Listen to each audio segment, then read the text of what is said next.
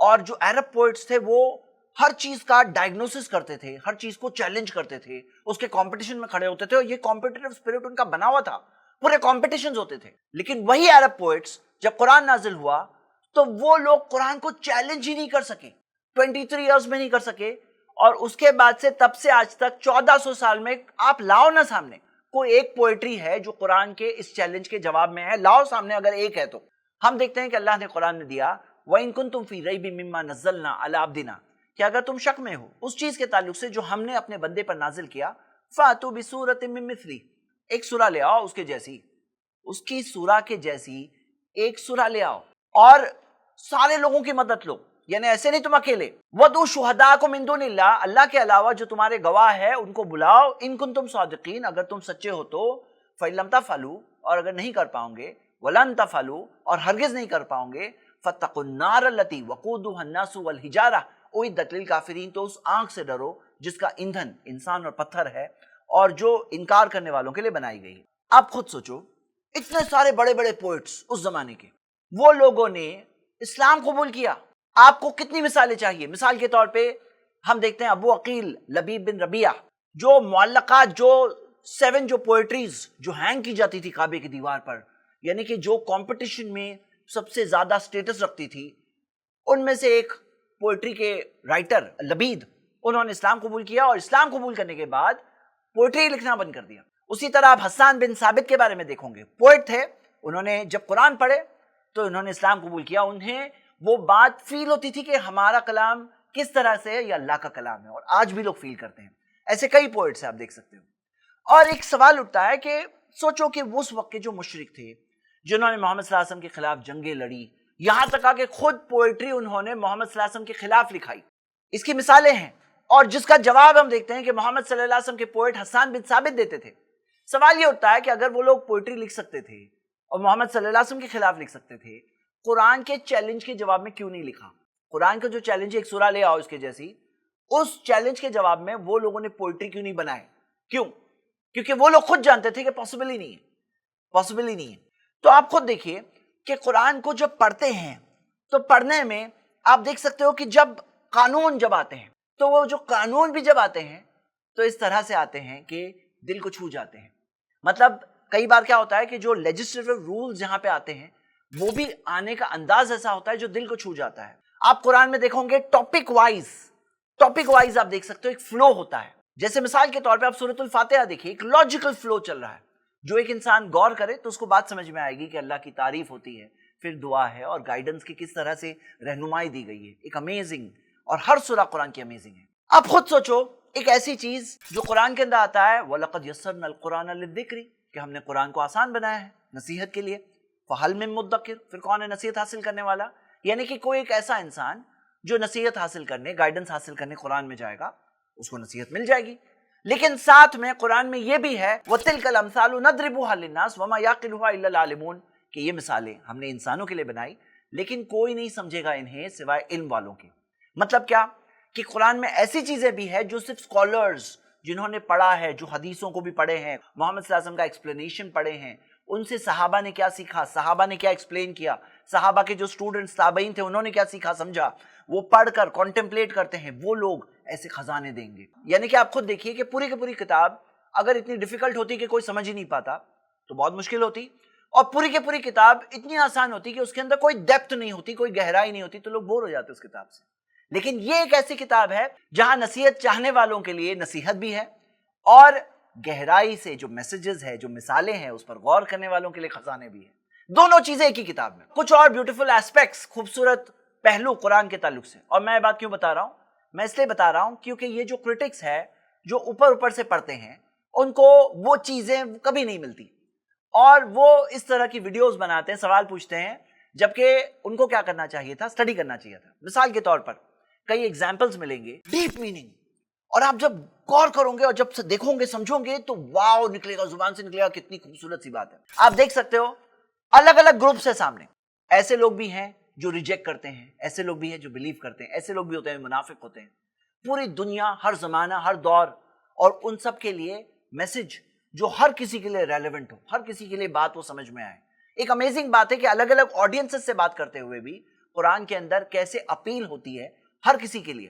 کچھ الفاظ آپ دیکھ سکتے ہو ریپیٹ ہوتے ہیں بار بار. بعض صورتوں میں کچھ الفاظ جب ریپیٹ ہوتے ہیں تو وہ میسج ایک طرح سے ہیمر ان ہوتا ہے. ایک ایسی بات جو انسان کی سوچ کا حصہ بن جائے, اس کو ایک طرح سے پروگرام کیا جا رہا ہے تاکہ اس کی سوچ وہ صحیح رولز کے مطابق ہو جائے. اور آپ دیکھو گے کہ قرآن کی صورتوں کی بگننگ اور اینڈ وہ ٹاپکس بتایا جاتا ہے کہ ایک طرح سے میچ ہو رہا ہے. ایک ٹائپ کا سرکل ہوتا ہے, یعنی سٹارٹنگ میں جو بات ہے سٹارٹ ہوئی اور جو اینڈنگ جہاں اینڈ ہو رہی ہے, اور اسکالرز نے تفسیر کے اندر اس بات کو ہائی لائٹ کیا, ایکسپلین کیا ہے کہ سٹارٹنگ اور اینڈنگ کنیکٹڈ ہوتی ہے, اور بیچ کا جو میسج ہے ایک انسان غور کر رہا ہے اور پھر لاسٹ میں اس کو جس طرح سے بات سمجھائی جاتی ہے, جس طرح سے بات اس کے ذہن میں جا رہی ہے کہ وہ سٹارٹنگ میں جہاں سے بات سٹارٹ ہوئی تھی وہ اینڈنگ میں کہیں وہ چیز کا کنیکشن ہونے کی وجہ سے اس کے اندر مائنڈ میں وہ چیز ری انفورس ہو جاتی ہے. آپ قرآن دیکھو گے کہ قرآن میں جس طرح سے صورتیں اینڈ ہوتی ہیں ایک دل پر لاسٹنگ امپیکٹ چھوڑ کر جاتی ہے. کلا لا تطیعہ واسجد واقترب, کہ نہیں اس کی فرما برداری مت کرو بلکہ سجدہ کرو, اللہ کے قریب ہو جاؤ. اب آپ دیکھیے ایک دل پر امپیکٹ آتا ہے کہ سجدہ کرو, اللہ کے قریب ہو جاؤ. جو لاسٹ اینڈنگ ہے پورا پڑھتے ہوئے جب آتے ہیں تو ایک دل پر ایک امپیکٹ چھوڑتا ہے وہ اینڈنگ. آپ قرآن کے اندر دیکھو گے کہ جو سننے والے ہوتے ہیں نا رونے لگتے ہیں, رونے, سمجھتے نہیں ہیں تو بھی, ہاں جو سمجھے وہ تو روتے ہیں, لیکن جو نہیں بھی سمجھتے, آپ کتنی ویڈیوز دیکھ سکتے ہو انٹرنیٹ پر, ایسے ہی اننون لوگوں کو قرآن سنایا گیا اور سنتے سنتے جو اس کا جو وے جو قرآن کا جو دل پہ اثر ہوتا ہے, لوگ رونے لگتے ہیں. وہ کیسے؟ یہ خود ایک میریکل ہے. آپ خود دیکھو گے قرآن کی آیتوں میں لیئرز آف میننگز ہوتی ہے, یعنی ایک ہوتی ہے سرفیشل میننگ, یعنی کہ جو آپ پڑھ کر نصیحت حاصل کر رہے ہو. ایک ہوتا ہے آپ جب غور کر رہے ہو تو آپ کو ایک اور بات سمجھ میں آئے گی, پھر اور باتیں سمجھ میں آئے گی. جو لیئرز ہے آف کورس ہر چیز قرآن اور حدیث کے جو رولز ہیں اس کی روشنی میں اس سے باہر ہٹ کر نہیں, یعنی جو غور اور تدبر ہے, جو قرآن کی تفسیر, بعض آیتیں دوسری آیتوں کی تفسیر ہے, حدیثوں میں قرآن کی آیتوں کا ایکسپلینیشن ہے, صحابہ اور سلف کے آثار میں یعنی ان کے سٹیٹمنٹس میں قرآن کا ایکسپلینیشن ہے. اور ان سب کی روشنی میں عربک گرامر کو سمجھتے ہوئے ایک انسان غور اور تدبر کرے تو اس کو وہ خزانے ملیں گے جو قرآن کے اندر ہے. ایک مثال آپ کے سامنے, آپ پاز کر کے دیکھ سکتے ہیں. قرآن 23 سال کی مدت میں آہستہ آہستہ آیا, اس کے کئی سارے بینیفٹس ہیں. بینیفٹس میں یہ بھی ہے کہ جب مسلم کمیونٹی کے سامنے مسائل آتے تو ان کا سلوشن ان کو ملتا, ان کو رہنمائی ملتی. ایک اور بات ہے, اللہ تعالیٰ نے فرمایا کذالک لنثبت بہ فؤادک, یہ آہستہ آہستہ کیوں آیا؟ تاکہ دلوں کو مضبوطی ملے. کوئی چیز تھوڑی تھوڑی تھوڑی جب پوری کمیونٹی پر آئی تو ان کے دلوں کو اس چیز سے مضبوطی ملی, بیٹر ابزارب ہوا. پانی ایک ساتھ میں بہت سارا ڈال دیا جائے پودے پر, وہ ابزارب نہیں ہوگا بلکہ ویسٹ ہو جائے گا. لیکن جب تھوڑا تھوڑا پانی دیا جاتا ہے تو اس سے فائدہ ہوتا ہے. یہ پودے کی بات ہے, کوئی کمپیریزن نہیں اللہ کے کلام سے. لیکن اللہ کے کلام میں ہم یہ دیکھتے ہیں کہ دلوں کو مضبوطی ملتی ہے جب قرآن آہستہ آہستہ نازل ہوتا ہے.